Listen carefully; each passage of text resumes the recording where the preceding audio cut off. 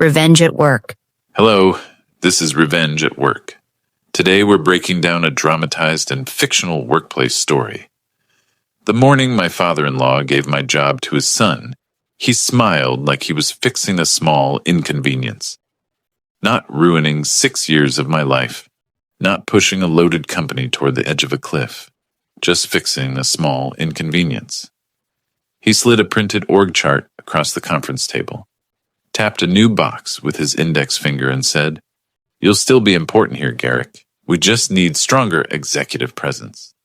His son, Soren, was already sitting in my chair by the window. And 27 days later, a contracting officer froze $3.8 million in invoices pending review. That freeze wasn't revenge.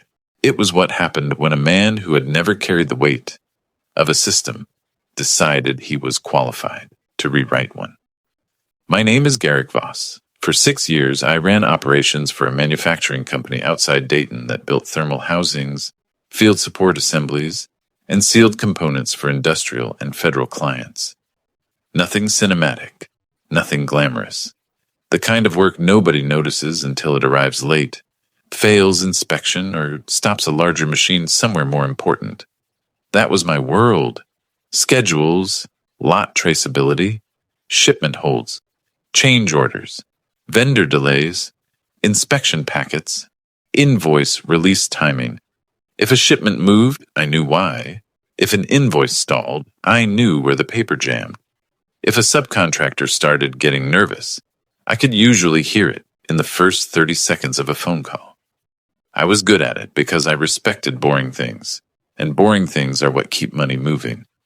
My father-in-law, Elwin Decker, owned the company with 2 partners and treated the place like a kingdom that happened to have payroll.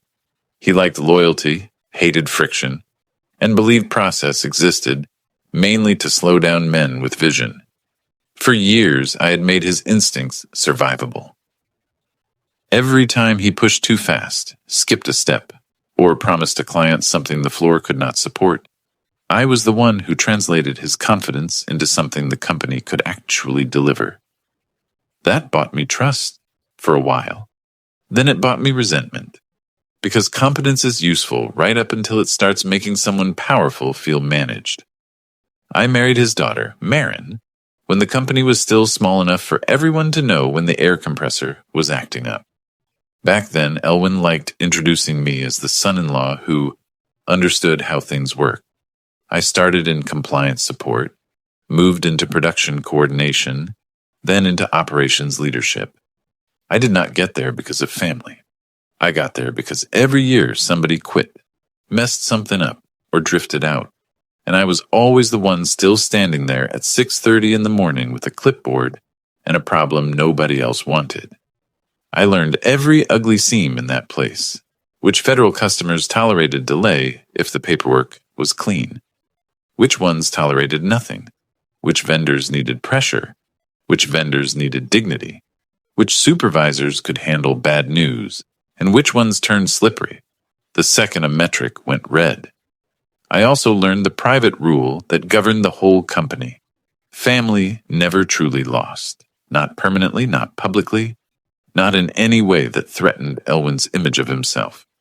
So when Soren came back into the company, after drifting through 2 years of vague business development jobs and one polished failure in commercial sales, I should have seen it sooner. He was 32, well-dressed, sharp jaw, expensive watch, and permanently confident in the way only protected men can be. He loved strategy language. He said things like streamline ownership lanes and modernize accountability culture, without ever explaining what those phrases required in practice. He sat in meetings, nodding through technical discussions he clearly did not understand, then repeated one phrase near the end so people would think he had been tracking the whole time. Elwin loved him for it. Soren sounded executive. That mattered more to men like Elwin than whether the work underneath the language held together. The week before I was demoted, Soren started observing operations. That was the phrase they used. Observing. He spent 3 days walking the plant with a legal pad he barely wrote in, asking supervisors questions that revealed exactly how little he understood. Why do receiving holds take so long? Because incoming lots with spec mismatches cannot be released by optimism. Why do shipment packets need so many cross-checks? Because customers who pay on documented acceptance tend to prefer documented acceptance. Why do so many approvals sit with one person? Because if too many people can authorize movement, nobody owns the mistake when something moves wrong.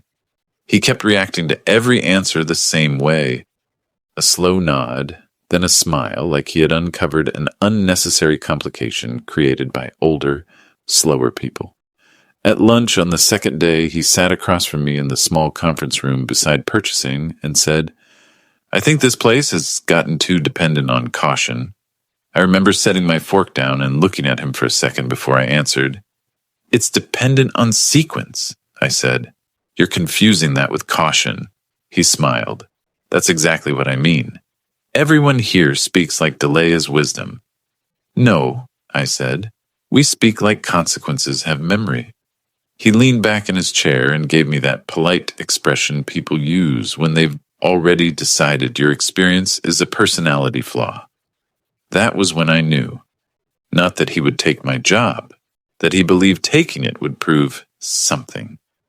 The actual meeting happened on a Monday at 8:30 in the executive conference room. Faux wood table. Dead ficus in the corner. Monitor on the wall that never displayed the right input the first time. I walked in and saw Elwin at the head of the table, Soren on the right, and a printed folder in front of my seat. That folder told me everything before either of them spoke. Paper always does. Elwin folded his hands and gave me the expression he used when he wanted cruelty to sound administrative. "Garrick," he said, "this company is entering a new phase." I sat down and waited. "We need stronger executive visibility in operations, bigger customers, bigger relationships, different energy." Different energy.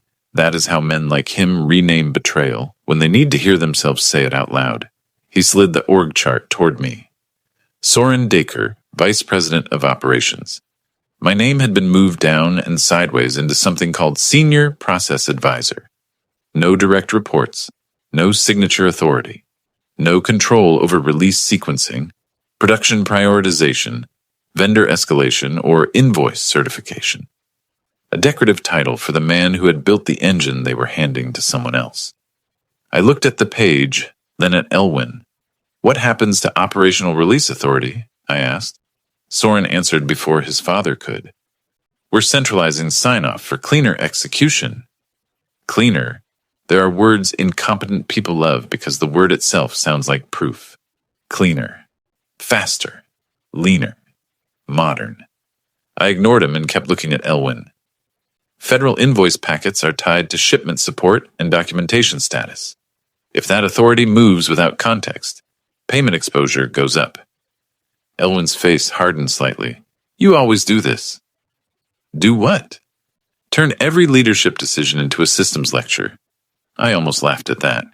6 years of preventing preventable damage, and now it was a lecture. Soren folded his hands over the table. "No one's attacking your contribution, Garrick. But the company can't keep operating like every decision requires forensic review." That was the moment something inside me cooled, because he really believed that. He believed careful documentation was fear. He believed friction existed because timid people liked complexity. He had no understanding that every layer he wanted removed had been built by pain, cost, audit pressure, and somebody else's expensive mistake. I asked one final question. "Is this final?" Elwin said, "Don't make this emotional." That answered it. I took the folder, stood up, and left without another word. People assume the humiliating part of a thing happens in the room where it's done. It doesn't. The humiliating part happens after, when the world outside the room still looks normal. Forklift traffic, phones ringing, coffee cooling on desks, a scheduler arguing with a vendor over revised carton counts. You walk back into ordinary life, carrying something no one else can see yet. and the ordinariness of everything around you makes the damage feel almost impolite. My office door was open. Soren had already sent someone to ask about moving into it by the end of the week. That detail did something to me that the title change hadn't. Titles are abstract. Offices are physical. They tell the body what the mouth is still trying not to admit. I sat down, opened my laptop, and pulled up the transition materials I'd been drafting for 2 weeks, because some part of me had sensed this coming, before my pride allowed me to name it. Not sabotage, not insurance, just clarity. Outstanding shipment dependencies, contracts in modification windows, invoice packets requiring linked inspection updates before release, vendor relationships carrying extra fragility because we had leaned on them hard during quarter close, the names, dates, and conditions that made the place function. I started tightening the language. If I was going to be reduced to an advisor, then I was going to leave a record no one could truthfully misunderstand. Around noon, Marin texted me. "Dad says there was a restructuring. You okay?" I stared at the screen for a few seconds before replying. "Still at work. We'll talk tonight." She sent back a thumbs up. That tiny response hurt more than I expected. Not because it was cold, because it was careful. She already knew enough about her father to avoid putting anything honest in writing. By 2 that afternoon, Soren was walking the floor like a man inspecting property he had inherited, rather than responsibility he had earned. He stopped supervisors mid-task to ask broad questions about delays, challenged hold procedures he did not understand, and told 2 department leads that communication would now be more agile. By 3:15, one of the receiving managers, Hollis Wren, came into my office and shut the door. "This permanent?" he asked. "Yes." He nodded once, jaw tight. "You want the truth?" I said yes. He leaned closer and lowered his voice. "He asked me this morning why we don't just mark conditional lots as standard, if we already know they'll clear, like the paperwork is the slow part, not the control part." I felt that sentence settle somewhere heavy in my chest. "Did you answer him?" "I told him the paperwork is the control part." I nodded. Hollis looked toward the door, then back at me. "He didn't like that." "No," I said. "He won't." After he left, I updated the transition memo again. Not because I was afraid, because I had just heard the first crack in the wall. That evening, after most of the admin offices emptied, I stayed late and finished the handoff package. I wrote it plainly, almost brutally plainly, because I knew polished language would only help the wrong person pretend he understood. Certain invoice packets must not be certified until linked inspection corrections are indexed in the support file. Conditional shipment status must be represented accurately in customer-facing documentation. Do not compress review steps for payment speed, where federal acceptance language is involved. It was not elegant. It was supposed to survive arrogance. I sent the memo to Soren, copied Elwin, contracts, and finance, then sat in the quiet of my office listening to the buildings settle into evening. Metal ticks, distant compressor hum, the tired vibration of fluorescent lights over the hallway outside. That was the last peaceful moment I had in that company for a long time, because the next day Soren thanked me for the transition packet, and then he started ignoring it. Soren thanked me for the transition packet the next morning like a man accepting hotel directions. Polite, distracted, certain he wouldn't need them. He stood in my doorway with the memo printed in one hand and a coffee cup in the other, wearing a navy suit that cost more than most supervisors on the floor like to admit. He tapped the first page and gave me a thin smile. "Useful overview," he said. "A little dense, but useful." Dense. That word followed men like him around the way cheap cologne follows a salesman. Anything that slowed them down was dense. Anything that forced them to think in sequence was overbuilt. Anything written by someone who had already paid for experience was somehow too complicated for the sleek version of authority they wanted to perform. I swiveled my chair halfway toward him. It isn't meant to be elegant. It's meant to keep you from releasing something in the wrong order. He nodded as if I had confirmed his opinion. Right. That mindset is exactly what I want to simplify. Then he left, and that was the beginning. For the first few days, the damage looked cosmetic. Soren changed meeting rhythms, renamed reports, and started trimming communication chains, because he said too many people were being included for historical comfort. He wanted shorter emails, faster approvals, fewer qualifying notes, and what he called cleaner ownership. In practice, that meant removing the written friction that forced people to slow down long enough to think. He moved production review from daily to 3 times a week. He pushed receiving to escalate fewer issues, unless a hold was commercially material. He told contracts to stop burying urgency under clause language. He asked finance why invoice packets could not be standardized into a more executive-ready format. That last one reached me through Imre Vale, our contracts lead. Imre had the kind of face that made people think she was warmer than she was. Soft expression, quiet voice, careful posture. But she missed almost nothing, and she hated casual language around regulated work with the same deep instinct some people reserve for dishonesty. She closed my office door around 10 on Thursday and dropped a folder onto the corner of my desk. He wants a single cover sheet version for invoice support, she said. I looked up. For which accounts? She gave me a look. Start guessing. I felt irritation rise behind my ribs. Federal, she said. He thinks the current packet structure signals internal confusion. I leaned back in my chair.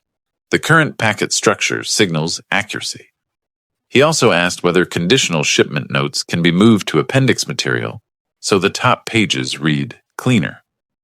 That did it. I stood up, took the folder, and flipped through the sample markup. He had redlined language out of the first page summaries and pushed several control notes deeper into the packet, where a rushed reviewer might still find them, but only after the executive-facing language had already created the wrong impression. Nothing he changed was openly false. That was what made it dangerous. The packet would still contain the truth. Just later, after the clean version had already done its work. I asked, "Did you say no?" Imre crossed her arms. I said I'd review implications. He said operations had been hiding behind documentation complexity for years. I actually laughed once at that. Not because it was funny. Because some lines are too stupid to deserve anger. He thinks documentation is the problem, I said. No, Imre replied. He thinks documentation is what stops him from sounding efficient. That was the cleanest description of Soren anyone had given yet. I told her not to change anything without written approval from contracts and finance together. She said she wouldn't. Then she hesitated a second before asking the question everyone kept circling. How much trouble are we actually in? I answered honestly. Right now? Annoying trouble? If he starts changing release language without understanding dependency structure, expensive trouble. She nodded once and left. I should explain something here because people who haven't worked around invoice-sensitive contracts sometimes imagine payment as a simple finish line. Ship product, send bill, get paid. But that's not how it works when the customer cares about traceability, acceptance status, and documentation lineage. In our world, money followed sequence. A shipment could leave the building under a specific condition and still be valid. An invoice could be technically associated with that shipment and still need to wait. A packet could include every underlying fact and still become a problem if the top-level representation implied a cleaner status than the file actually supported. That distinction was not academic. It was cash flow, reputation, award confidence. The difference between a customer asking for clarification and a customer deciding your controls no longer deserve trust.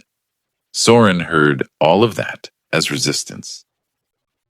By Friday, he had started holding short reset sessions with department leads.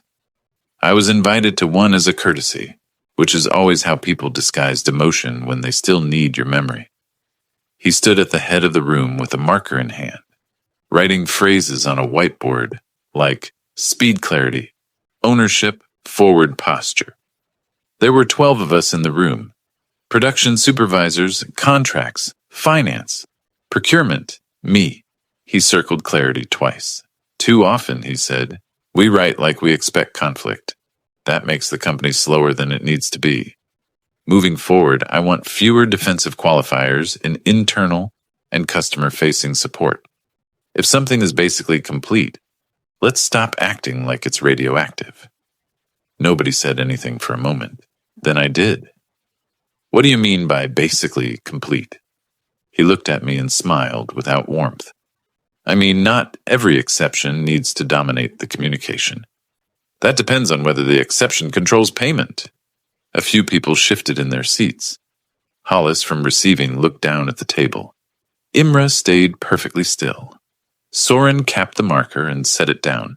This is the exact habit I'm talking about. We've built a culture where minor conditions become identity. I kept my voice calm.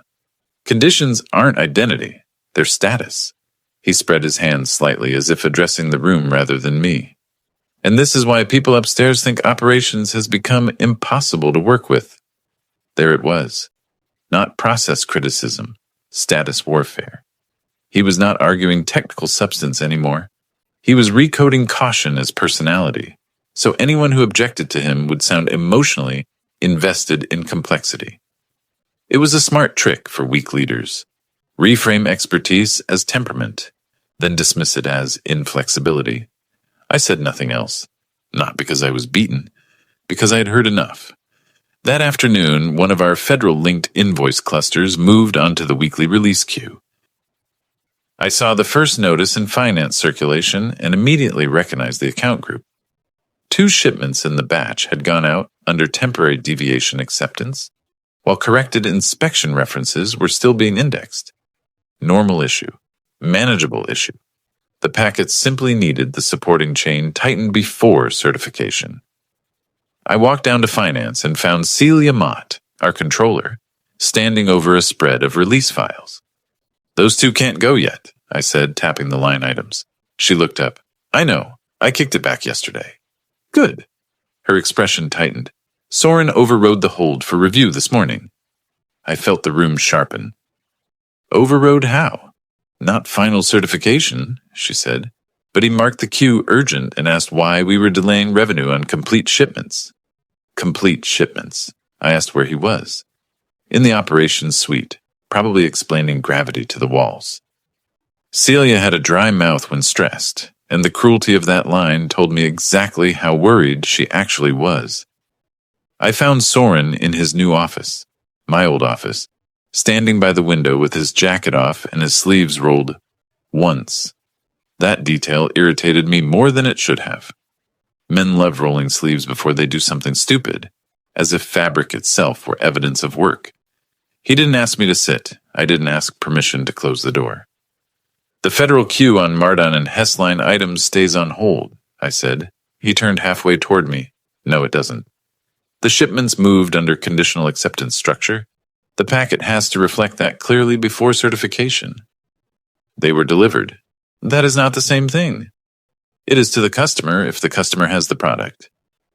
I stared at him for a second, waiting for the sentence to become less insane. It didn't. No, I said, it isn't. Delivery and payable representation are related. They are not interchangeable. He walked back to the desk, picked up one of the folders, and flipped it open like a prop. You know what I think? I think you've spent so long making yourself indispensable that you can't tell the difference between prudent review and institutional drag. That line had probably sounded stronger in his head. I stepped closer to the desk, not aggressively, just enough to make sure he couldn't dismiss my tone as distance. You have 2 packets tied to shipments that need updated inspection linkage. If you present them as clean payable support, and the customer side reviewer matches the packet to shipment condition records, you create a control mismatch. That is exactly the kind of thing that triggers scrutiny. He leaned back against the desk. You're catastrophizing routine movement. No, I'm describing sequence. He smiled again, that small inherited smile of a man who has mistaken protection for talent his entire life. You don't understand what leadership looks like at this level, he said. I almost pitied him then, because he really thought this was a level issue, not a consequence issue, not a paper issue, not a trust issue, a level issue. I said, leadership at this level is knowing which mistakes become expensive before they happen. He looked at me for a long second, then he did the thing I had started fearing he would do. He picked up a pen, signed the release escalation sheet, and slid it back into the folder. Then let's find out which one of us is right. It was such a childish sentence that for a moment I didn't respond at all. Not because I lacked words, because the words I had would have made the next hour impossible. I looked at the signed sheet, at his hand still resting on the folder, at the office window behind him where forklifts moved in the yard outside, like the world had not just shifted under us. Then I said very quietly, "You do not understand what you touched." He said nothing. I left. That was the point where I stopped trying to save him from himself. I still did my job. I still documented. I still answered when asked.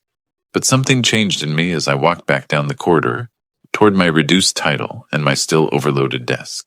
For years I had treated protection as duty. If Elwyn rushed, I buffered. If finance panicked, I translated. If a customer needed explanation, I built one. I kept acting like survival required my emotional labor as much as my technical judgment. That afternoon, I let that illusion die. At home, Marin was in the kitchen cutting parsley over the sink when I came in. She asked how work was, and I gave her the wrong answer first. Busy. She nodded like that settled it, then asked whether I could call the plumber tomorrow about the upstairs guest bathroom.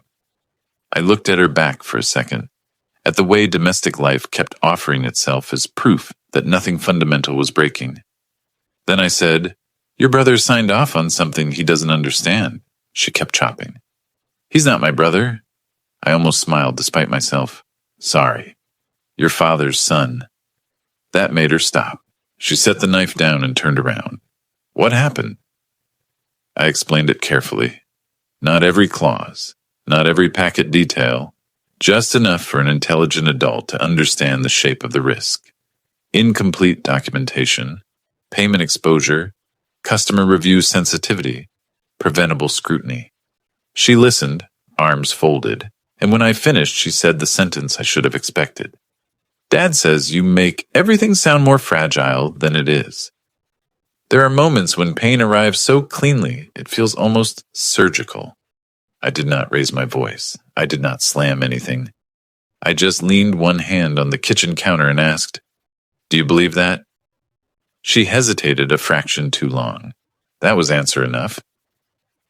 I went upstairs, changed my shirt, and sat on the edge of the bed in the spare room for nearly 20 minutes, with my phone in my hand and the lights off. I was not angry by then. Anger would have been easier. What I felt was something flatter. Recognition. The same structure that had moved me aside at work had been quietly living in my house for years. The same gravity. The same rule. Their confidence was normal. My caution was overreaction. Their impulses were leadership. My objections were tone. That night, I opened my laptop and reread my transition memo, line by line. Then I started building a chronology for myself. Dates, who had been warned, which packets were affected, which emails referenced urgency, which approvals had moved, and when. Not for revenge, not for leverage, because memory becomes weak the second other people start rewriting motive. And I already knew they would. Late Sunday evening, Imra sent me a short message. He pushed the packet formatting changes. I refused. He's asking finance to move with existing structure? I stared at the screen. Then another message came in from Celia. He wants Monday release. Says top pages are enough and backup can follow if needed. There are forms of stupidity so precise they become almost elegant. I set the phone down and looked out through the dark guest room window toward the street, where one porch light 2 houses over kept flickering in a slow, tired rhythm. Then I picked the phone up again and replied to both of them with the same sentence. Do not alter prior records. Preserve every version and every instruction. Neither of them asked why. They already knew, because by then even the people still hoping this could be contained had started hearing the same thing I had. And then, silence. The kind that means something has already gone wrong. The freeze notice hit at 8:17 on a Thursday morning, and I knew how bad it was before I finished the second sentence. Not because the wording was dramatic. Because it wasn't. That was what made it dangerous. Pending review sounds harmless if you have never worked around federal money.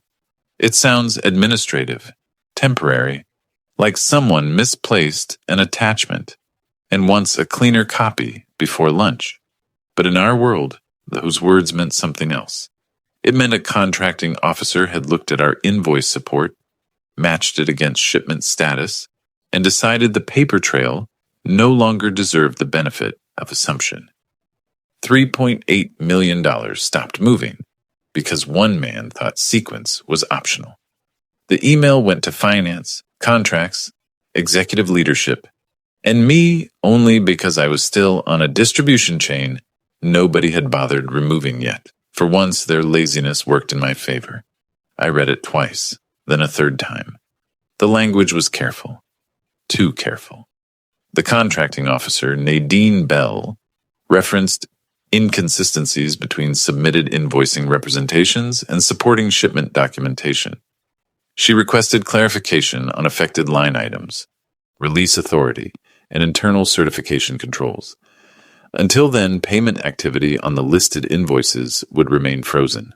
No accusation, no outrage, just the bureaucratic version of a locked door. By 8:25, accounting was already in motion. Chairs scraping, phones ringing, a printer jamming under stress. Celia Mott from finance walking fast enough to look unprofessional, which meant she was scared. At 8:32, Soren stepped into my office without knocking. He was holding the email in one hand and trying very hard to look irritated instead of frightened. What exactly is Bell saying? He asked.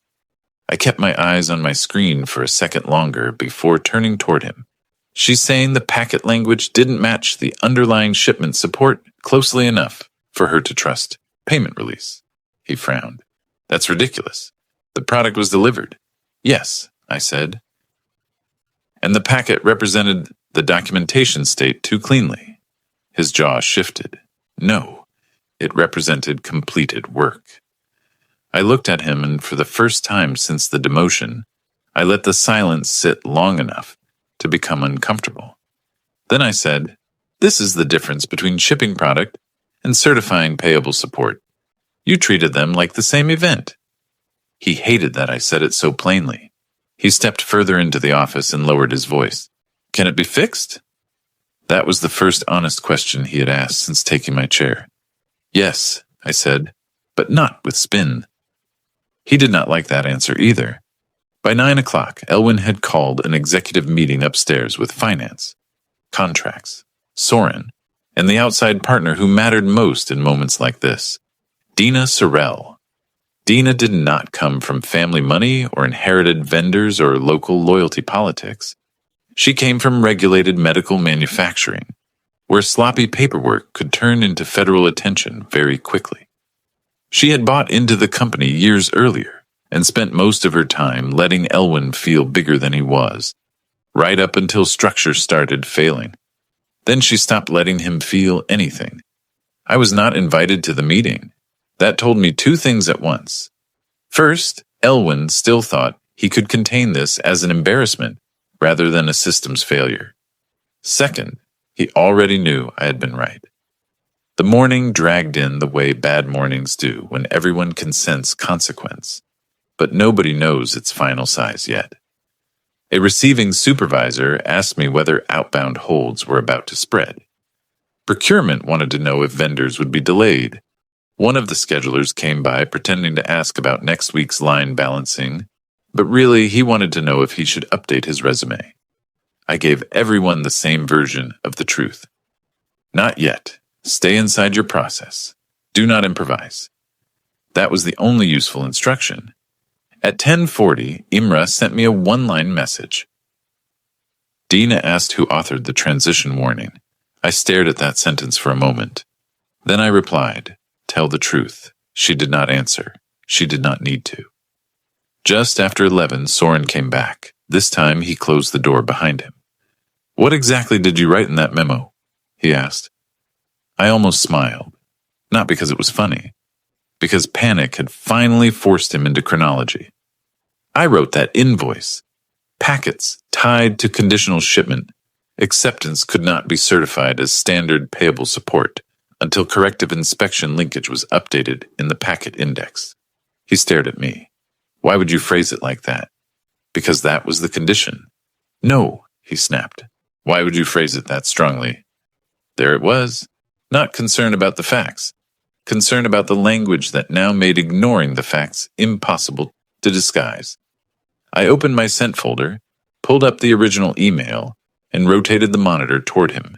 He read the line, then the next one, then the CC list. His face changed, but only around the eyes.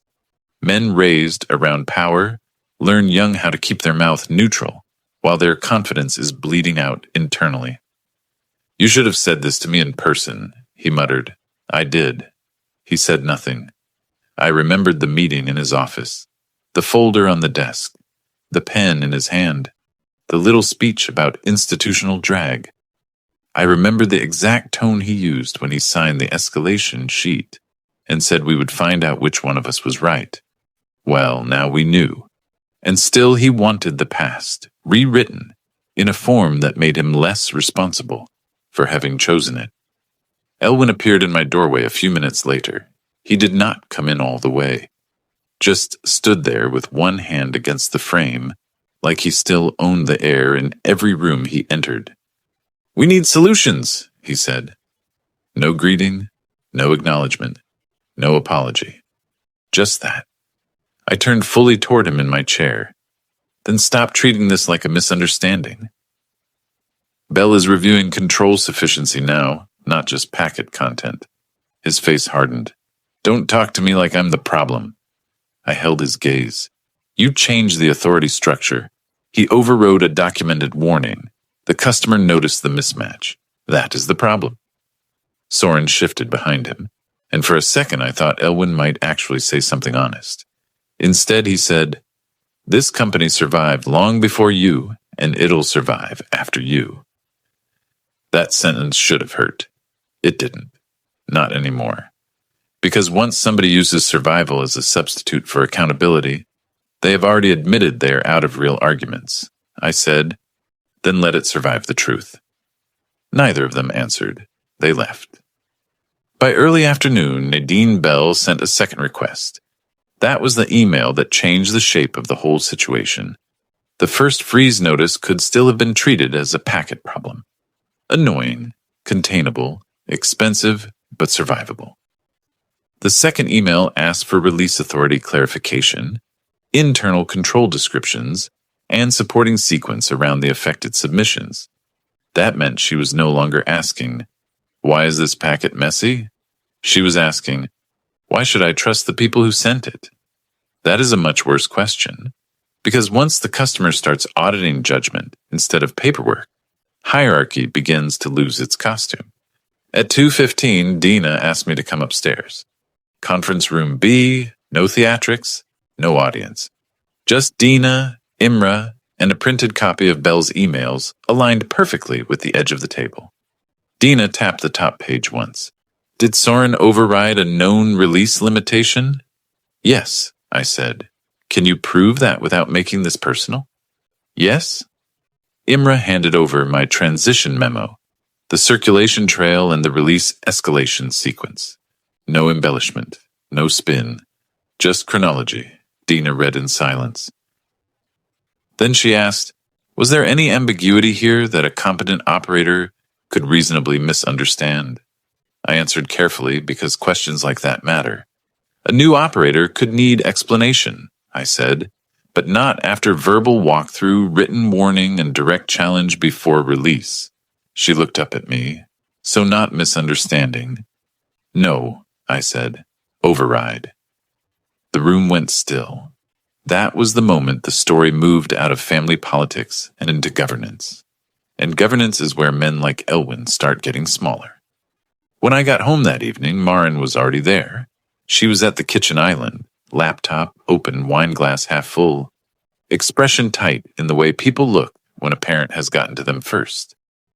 She did not ask how my day was. She asked, "Did you tell Dina Dad and Soren caused the freeze?" I set my keys down slowly. I told the truth. She closed the laptop. "Dad says you're making this worse because you're angry about the demotion." I stood there for a second, tired enough that I almost laughed.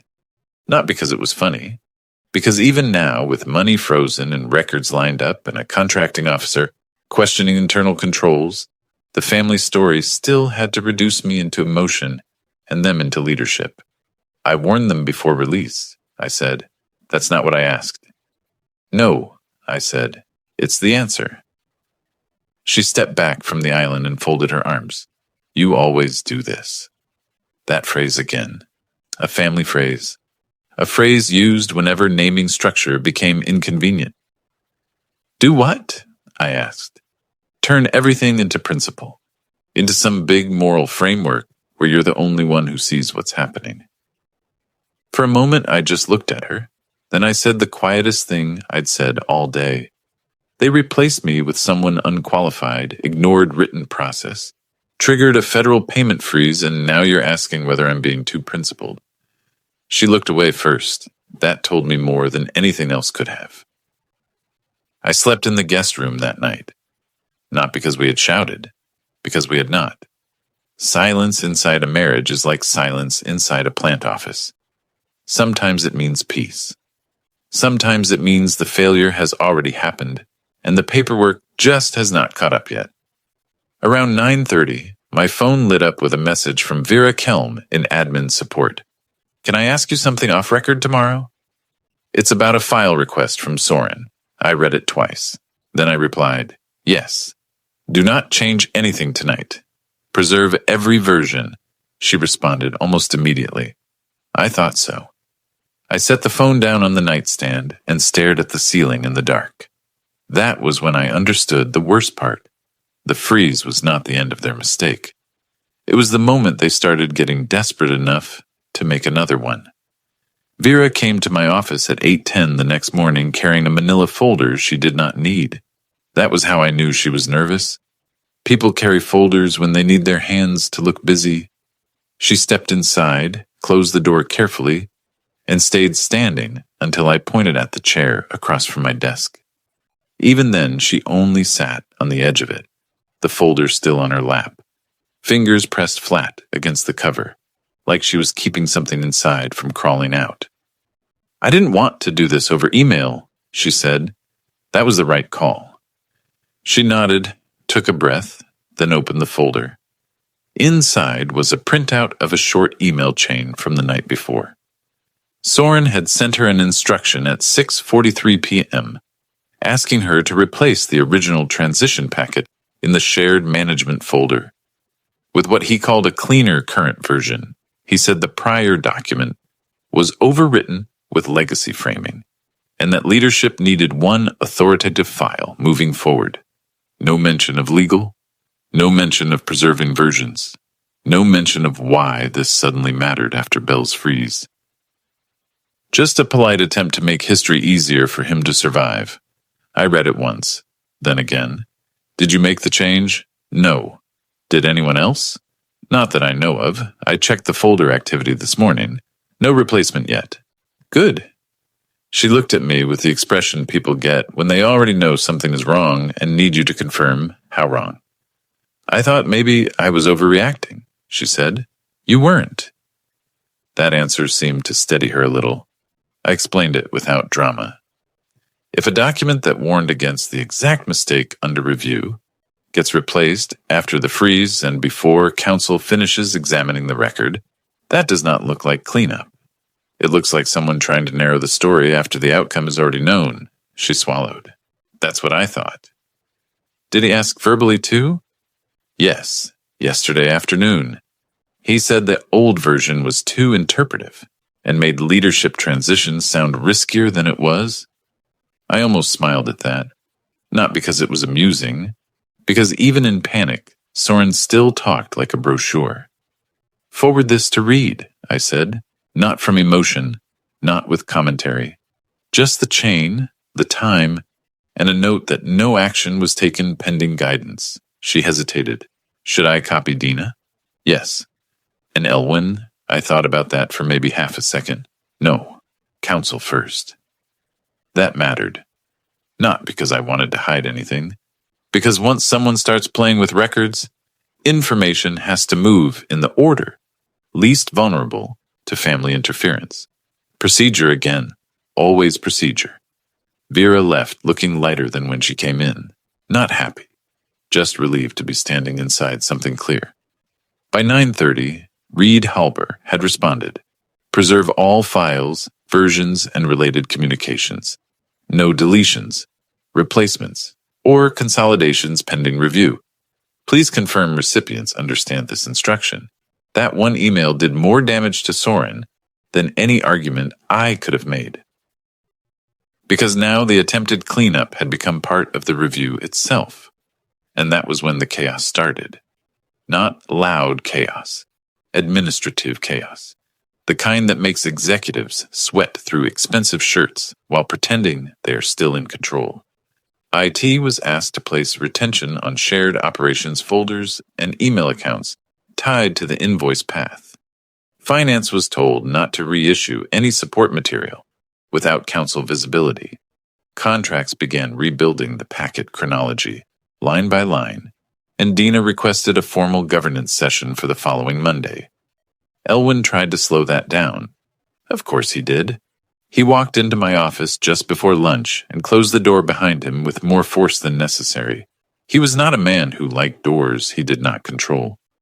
What exactly are you doing? He asked. I stayed seated. Working. Don't play games with me. I'm not. He stepped closer to the desk. This file nonsense. This counsel escalation. This whole tone you've taken with Dina. You're turning a contained problem into a spectacle. There are phrases that tell you a person's moral wiring in one sentence. Contained problem. To him, the issue was not the override, not the freeze, not the attempted record replacement. It was the fact that consequence was escaping the family boundary. I looked up at him. A federal customer froze $3.8 million and your son tried to alter the document trail after the fact. This stopped being containable when he sent that email. His face darkened. You think you've won something? No, I said. I think chronology has. That hit him harder than if I had shouted. He straightened, jaw tight, then said, You've always mistaken usefulness for leverage. I answered before he could keep going. And you've always mistaken authority for immunity. The room went very still. For a moment, I thought he might actually say something honest, something about why he had done this. Why blood mattered more to him than competence. Why men like him can watch another man carry their business for years and still hand the keys to a son who has done nothing but arrive with the right last name. Instead, he said the smallest thing he could say. You're not family if you do this. I held his gaze, and there it was. The central rule, finally spoken clearly. Not family if you tell the truth. Not family if you let records stay intact. Not family if you refuse to absorb damage quietly enough to protect the people who caused it. I said, then I should have stopped trying to be a long time ago. He left without another word. That was the moment I stopped grieving the company and started seeing it clearly. The governance review on Monday was not a trial. It was worse for them than a trial. Trials allow passion. This was sequence. Reed opened with scope. Dina opened with risk. Finance opened with exposure. Contracts opened with packet structure. Then the timeline started. My transition memo. My written warning. The reassignment of authority. The override of the hold. Bell's freeze notice.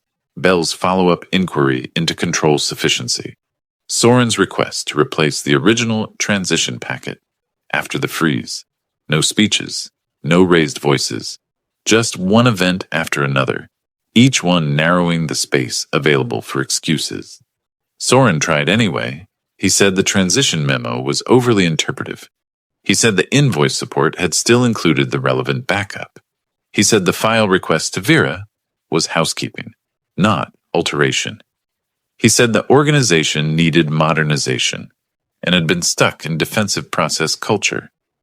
Reed let him finish. Then he asked one question. Did you understand, at the time you advanced the affected packets, that they were tied to shipments, with conditional acceptance status, requiring specific support language before certification? Soren paused. That pause told the room almost everything. Then he said, I understood the products had shipped, and the issue was administrative. Administrative. That word landed like a brick, because everyone at that table knew what he had just admitted without meaning to. He had treated control language as cosmetic. He had seen the structure, decided it was decoration, and acted anyway. Dina asked me to explain in plain terms what that misunderstanding risked. I did. If payment clears against packets that overstate documentation closure, the customer can question not just the packet, but the reliability of our certification path. That affects current cash, future trust, and award confidence. Could this have become a repayment issue? She asked. Yes, I said, depending on review depth and what representations were deemed unsupported. That was enough. The room shifted after that. Not emotionally, structurally. Soren was no longer being discussed as an aggressive new leader who had moved too fast. He was being discussed as a weak control point. And weak control points do not survive long once money has stopped because of them. Elwyn tried once more to save him. He was trying to simplify a bloated system, Reed answered before I could. Then he simplified the wrong part. That line cut straight through the room, because it was true, painfully true, memorably true. Soren's face changed, not much, just a tightening around the mouth, a strange flattening in the eyes. For the first time since all this started, he looked like a man realizing no one was coming to reinterpret reality on his behalf. The decisions came 30 minutes later. Soren was stripped of invoice certification authority, effective immediately. Operational release control would return to a provisional, cross-functional process under document review. All communication with Bell's office would move through contracts and counsel. A formal internal governance memo would be issued to address the failed transition and records preservation concern. And Elwyn would step back from unilateral personnel and process changes until the partners completed broader recommendations. He wasn't removed from ownership, that was never likely in one meeting, but his freedom to turn preference into structure was gone. That mattered more than a dramatic firing would have. When the meeting ended, people filed out slowly, carrying papers that suddenly weighed more than they had an hour earlier. I stayed behind because Reed asked me to. He waited until the room was nearly empty, then said, "Are you willing to help implement corrective controls?" I knew what he was really asking. Would I save the company that had just finished proving exactly how it saw me? A year earlier, I might have said yes too quickly, out of habit, out of pride, out of that old sickness useful people carry, where being needed feels too much like being valued. This time I answered differently. Yes, I said, under written conditions. Reed gave a small nod. Go on. No verbal overrides on invoice-sensitive documentation. No reporting line changes without partner approval. All affected packet work routed through finance, contracts, and operations jointly. And any process dispute tied to federal accounts goes in writing. Dina, still gathering her papers, said, "Reasonable." Reed said, "Agreed." Elwyn said nothing. That silence was my first victory. Not over him, over my old self. The version of me that used to keep things running on personal sacrifice would have stepped in and fixed everything just to prove he could. This version wanted terms, boundaries, structure that did not depend on anybody liking me. That afternoon I walked the floor and saw the news spreading in the way serious news always spreads in workplaces. Not gossip first, posture first. Supervisors standing a little differently. Finance people exhaling slower. Hollis in receiving giving me one short look that said he understood exactly what had happened, without needing the details spelled out. They thought I was gone. I wasn't. And for the first time in a long while, I wasn't standing there to protect the wrong people from the cost of their own decisions. That night, Marin asked whether her father had really been pushed out of control. I was in the garage, sitting on an overturned bucket beside a shelf of paint cans and old extension cords, staring at nothing in particular. The house smelled faintly of cold concrete and detergent from the laundry room. "He wasn't pushed out," I said. "He was contained." She stood in the doorway with her arms folded. "You sound proud of that." I looked up at her. "No, I sound accurate." She shook her head. "You don't hear yourself anymore." There was a time I would have chased that sentence, asked what she meant, tried to explain, tried to bridge it. Not anymore. "I hear myself fine," I said. "That's the difference." She left without answering. I sat there for another 10 minutes after she went inside, listening to the refrigerator compressor kick on in the utility room beyond the wall. Small household sounds, ordinary sounds, the kind that make you think a life is still stable while the deeper structure is already separating at the joints. By then, the revenge part, if anyone wants to call it that, was already over. Because the point had never been humiliation. It was correction, fast enough to stop the bleeding, clean enough to survive scrutiny, and permanent enough that nobody could quietly slide the same knife back into the same system later and call it leadership. That is the thing people misunderstand about karma in offices like that. It does not arrive with thunder. It arrives as preserved emails, revised authority lines, and one room full of adults who can no longer pretend they do not see the sequence. And once that happens, the fall is not dramatic. It is procedural. That makes it hurt more. By the time the last portion of the frozen money cleared, everyone at the company was trying to act like the crisis had been educational. That is how people protect themselves after a near collapse. They rename fear into learning. They rename exposure into growth. They rename the moment they almost destroyed everything into a necessary transition. But money has a memory. So do records. And so do people who had to sit quietly while others played executive with their lives. The final release came through on a Tuesday, just after 2 in the afternoon. Finance sent the confirmation in a clipped internal email, with none of the emotion that had filled the building for weeks. The remaining amount was approved. Payment movement had resumed. Bell's office would continue monitoring control compliance on future submissions, but the freeze itself was effectively over. $3.8 million was moving again. The company had survived. That was the official version. The truth was narrower. The company had survived because the system was forced, against the instincts of the family running it, to start respecting documentation again. That distinction mattered to me more than the money. By then, corrective controls had been in place for several weeks.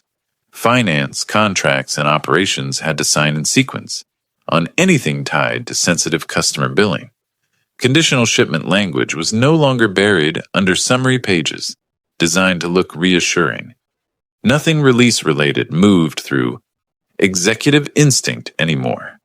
Bell's office got cleaner packets, clearer lineage, and responses written by people who understood that language is not decoration when money depends on it. No one thanked me for that directly. That was fine. I had stopped needing gratitude from the wrong people. What I noticed instead was posture. People on the floor had relaxed in small ways. Hollis in receiving stopped walking around like every hold notice might trigger a political argument. Celia in finance went back to talking about timing instead of exposure. Imra, who had worn tension like a second blazer for most of the crisis, started using her normal voice again in meetings. Not softer, just less prepared for stupidity. The building was breathing normally again. Soren wasn't. He still came in for a while, though less often and with less theater. The rolled sleeves were gone. The whiteboard language disappeared. So did the little executive pauses he used to take before saying something empty in a room full of people doing actual work. He kept his office, but not his gravity. And that is the thing about authority in a workplace once it has been stripped down to what it can prove. People stopped pretending very quickly. Nobody challenged him openly, nobody mocked him. That would have made him the center of the story again. They simply stopped leaning toward him. He would ask a question, and people would answer precisely. He would suggest a shortcut, and someone from contracts or finance would ask for written review. He would start speaking in abstractions, and the room would wait for specifics, until he either found some or gave up. He had not been humiliated. He had been translated from executive son into organizational risk. There is no crueler correction for a man like that. Elwyn took longer to understand what had really changed. He still came through the plant with the gait of ownership, still stopped in doorways as if walls belonged to him, still tried to sound decisive in conversations that no longer moved at the speed of his voice. But the procedural world had shifted under him. Partner approvals were tighter, counsel was closer. Dina had stopped pretending his instincts were mostly harmless. Even casual remarks got written down more often than before. He hated that. Not loudly. Never in ways he could be quoted for. But in the little tightening around his mouth, whenever somebody asked whether a change had been documented yet.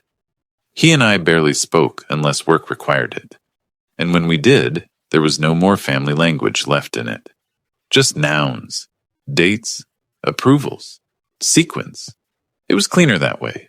At home, things were beyond repair long before either of us said it plainly. Marin and I had not exploded. That would have been easier to understand. We had thinned. Conversation became logistical. Meals became quiet. Even the shape of the house changed. Doors closed more softly. Questions came later, if they came at all. We were living in the kind of marriage that still looked respectable from outside because both people were too tired to stage the collapse. One evening, maybe 2 weeks after the final release, she asked whether I was going to stay at the company now that I had won. I was standing at the sink, rinsing a coffee mug. I remember the water hitting the ceramic and the sound seeming louder than it should have. I didn't win, I said. She leaned against the counter. Then what do you call this? I dried the mug slowly before answering. I call it surviving something I warned them not to do. She looked at me for a moment like she wanted to argue, but she didn't. Maybe because some part of her finally understood that there was no family version of the story left that could compete with the paperwork. Maybe because she was tired too. A week later, we sat down with a lawyer. No scandal, no affair. No dramatic betrayal people could post about online and pretend to understand. Just the long result of too many years inside a structure where truth was always expected to arrive, softened, diluted, and late enough not to inconvenience the people causing the damage. We separated quietly. It hurt.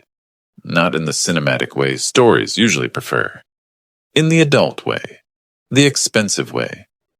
The way that makes you realize losing illusion can be more exhausting than losing love. At work, the interim corrective arrangement eventually became permanent. Not because Elwyn had a sudden moral awakening, not because the company discovered fairness, because Dina and the other partner had seen enough to know that vague authority and family privilege were now direct business threats. The formal restructuring happened at the end of the quarter. My authority was restored, but not as a return to the old arrangement. It came back narrower, stronger, and written properly this time. Defined signature boundaries. escalation rights, cross-functional review rules, no unilateral reassignment of invoice-sensitive controls without partner approval, no verbal shortcut culture disguised as leadership. When Reed sent over the draft language, I read every line twice before signing. That was another thing I had learned. Never accept restored trust as a feeling when it can be written into structure. Soren resigned 3 weeks later. The internal explanation was that he was pursuing other opportunities. Maybe he even believed that. Men raised on soft landings usually do. They confuse departure with choice because the system has always done them the kindness of letting shame keep a tailored jacket on. I did not watch him leave. I heard about it from Vera, who mentioned it the way people mention weather that has finally moved on, after ruining a month. Elwyn lasted longer, but not in the way he had hoped. He remained attached to the company, technically senior, practically diminished. His decisions required more scrutiny. His preferences had to survive witnesses now. That was the real punishment, not losing everything, losing the luxury of informal power. A few months after the freeze, Nadine Bell came through for a follow-up visit. She was exactly the same as before. Calm, precise, impossible to charm into vagueness. She reviewed the revised packet path, asked sensible questions, and walked the floor with the kind of measured attention that makes weak managers nervous because it contains no ego they can flatter. At the end of the visit, near receiving, she glanced at the updated control matrix and said, "The support trail is cleaner now." That was all. No praise, no warmth, no dramatic moment where the government representative validates the hero. Just one accurate sentence. And somehow that meant more to me than any speech could have. Because she was right. Cleaner now, not simpler, not prettier. Cleaner. Cleaner because the truth no longer had to fight its way through family vanity before reaching the page. That was the real ending. Not revenge, not public humiliation, not some fantasy where the wrong people cry and the right people clap. Control. The adult kind. The kind built from documentation, patience, timing, and refusing to let incompetent people rename your caution as weakness. The kind that does not depend on who likes you at the table. The kind that still stands when the table changes. If there is any lesson in what happened, it is this. Being indispensable will not save you. For years, I thought value was protection. I thought if I knew enough, fixed enough, absorbed enough, the company and the family around it would eventually have to respect the weight I was carrying. That is not how systems like that work. Indispensable people are often the easiest to exploit, because everyone assumes they will keep solving problems out of pride, duty, or habit. What protects you is not usefulness, it is clarity. It is sequence. It is a written line between what you are responsible for and what you will no longer absorb in silence. I still work in operations. I still read the clauses. I still stop people when they use words like cleaner, faster, or streamlined without being able to explain what risk they're moving and on to whom. And every time somebody treats documentation like a nuisance instead of a memory system for consequences, I think back to that Thursday morning and the line that froze $3.8 million with almost no emotion at all. Pending review. That was the moment everyone else heard a delay. I heard judgment, and for the first time in my life, I let it arrive without stepping in front of it.